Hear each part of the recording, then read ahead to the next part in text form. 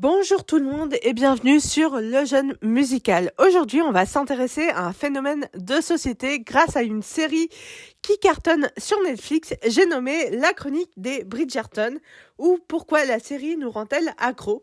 Déjà, on revient un peu à la base. Les Chroniques de Bridgerton, c'est une saga littéraire de 8 livres écrits par Julia Quinn. Des livres publiés entre 2001 et 2006 et ça se compose de 8 tomes. Et dans chaque tome, on va suivre un personnage. Les chroniques de Bridgerton, c'est bien sûr les chroniques de la famille Bridgerton. Donc, c'est une famille dans laquelle il y a plusieurs personnages qui ont chacun leurs aventures, leur histoire d'amour, etc. Mais ça va être passionnant. Et le décor planté de cette série, c'est le décor de la haute société londonienne. Et s'il y avait une autrice qui prenait ce décor-là, c'était bien sûr Jane Austen avant Julia Quinn. Donc Julia Quinn s'est inspirée de Jane Austen en prenant le décor de la haute société londonienne et elle y a mis ses personnages. C'est ça a tellement cartonné en librairie que Netflix a décidé de l'adapter en série. Donc c'était en 2020 que la première saison a été diffusée et il y a eu un tel carton sur Netflix que la maison d'édition J'ai lu a décidé de republier les livres en librairie.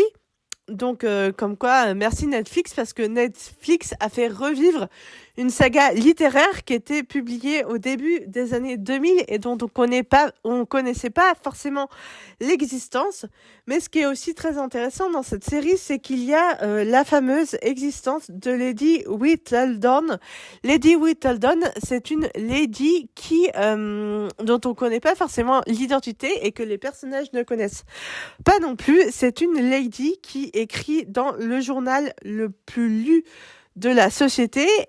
C'est une gazette mondaine et en fait, dans ce journal, elle écrit des chroniques et elle y révèle des petits secrets sur les différents personnages de la série. Bien sûr, ce personnage n'est pas sans nous rappeler Gossip Girl et d'ailleurs, c'est ça qui avait fait le succès de Gossip Girl à l'époque et je pense que c'est aussi pour ça que les chroniques de Bridgerton cartonnent autant. C'est parce qu'il y a ce mystère qui est distillé tout au long de la série. Voilà, ce qu'il faut savoir, c'est que Lady Whittledown, c'est l'équivalent de la Gossip Girl anglaise. C'est un peu ça. Et je pense que c'est pour ça que c'est appelé autant en public, c'est parce que le public est toujours friand d'infos croustillantes, de commérages, de toutes ces choses-là, en fait, qui font que ça nous passionne et qu'on a envie de continuer la série jusqu'au bout. La série, elle est produite par Shonda Rhimes. Shonda Rhimes, elle est aussi à la tête de la production de Grey's Anatomy et de La Reine Charlotte. La Reine Charlotte, c'est une série dans l'univers des Bridgerton sur un personnage de la série Bridgerton, et la reine Charlotte, c'est bien sûr la reine d'Angleterre, puisque les chroniques de Bridgerton se déroulent à Londres dans la haute société anglaise, et c'est assez marrant de voir ça. Maintenant, je vais aussi vous parler des inspirations, parce que bien sûr, Jane Austen a inspiré Julia Quinn pour écrire sa série de romans. Elle n'a pas inspiré que la série de romans. Le personnage de Anthony Bridgerton, qui est donc un personnage de la série, est fortement inspiré de Monsieur Darcy, l'inoubliable Monsieur Darcy d'Orgueil et Préjugés. D'ailleurs, même la saison 2 de Bridgerton est inspirée de Orgueil et Préjugés de Jane Austen, qui est un roman publié en 1813 et qui a cartonné à tel point que le cinéma s'en est emparé et en a fait une adaptation cinématographique sortie en 2005. Donc voilà, pour vous dire que ça fait un petit moment, mais que ça passionne toujours autant les gens. Et rien que le fait que la série Bridgerton ait autant de succès, ça montre qu'avec les ingrédients de Jane Austen, c'est la bonne recette pour faire de l'audience, pour faire que ça marche, parce que c'est magique en fait. Après, la saison 3, elle suit un couple. Donc le couple en question, c'est Colin et Pénélope.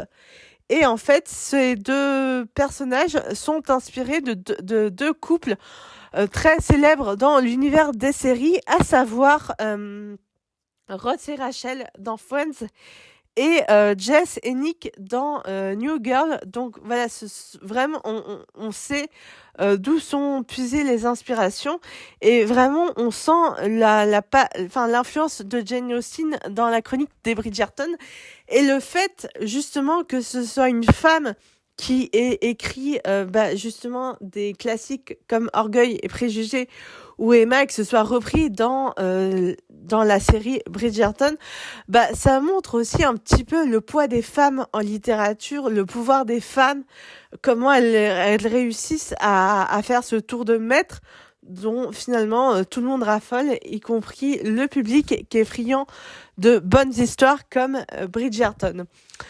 Voilà, en gros, les chroniques de Bridgerton, c'est un peu comme si Jane Austen avait écrit Gossip Girl, puisque on retrouve l'influence de Jane Austen dans les livres, mais aussi dans la série et dans le décor aussi, qu'est la haute société londonienne. Mais aussi, on retrouve aussi un peu de Gossip Girl dans Lady Whittledown, puisque c'est une personne qui est révélée au fur et à mesure des épisodes, mais qui ne se montre jamais aux personnages et même aux spectateurs, et du coup qui nous fait nous poser plein de questions, un peu comme l'était Gossip Girl à son époque. Voilà, n'hésitez pas à me dire ce que vous en pensez. Est-ce que vous regardez les chroniques de Bridgerton? Est-ce que vous avez lu les livres?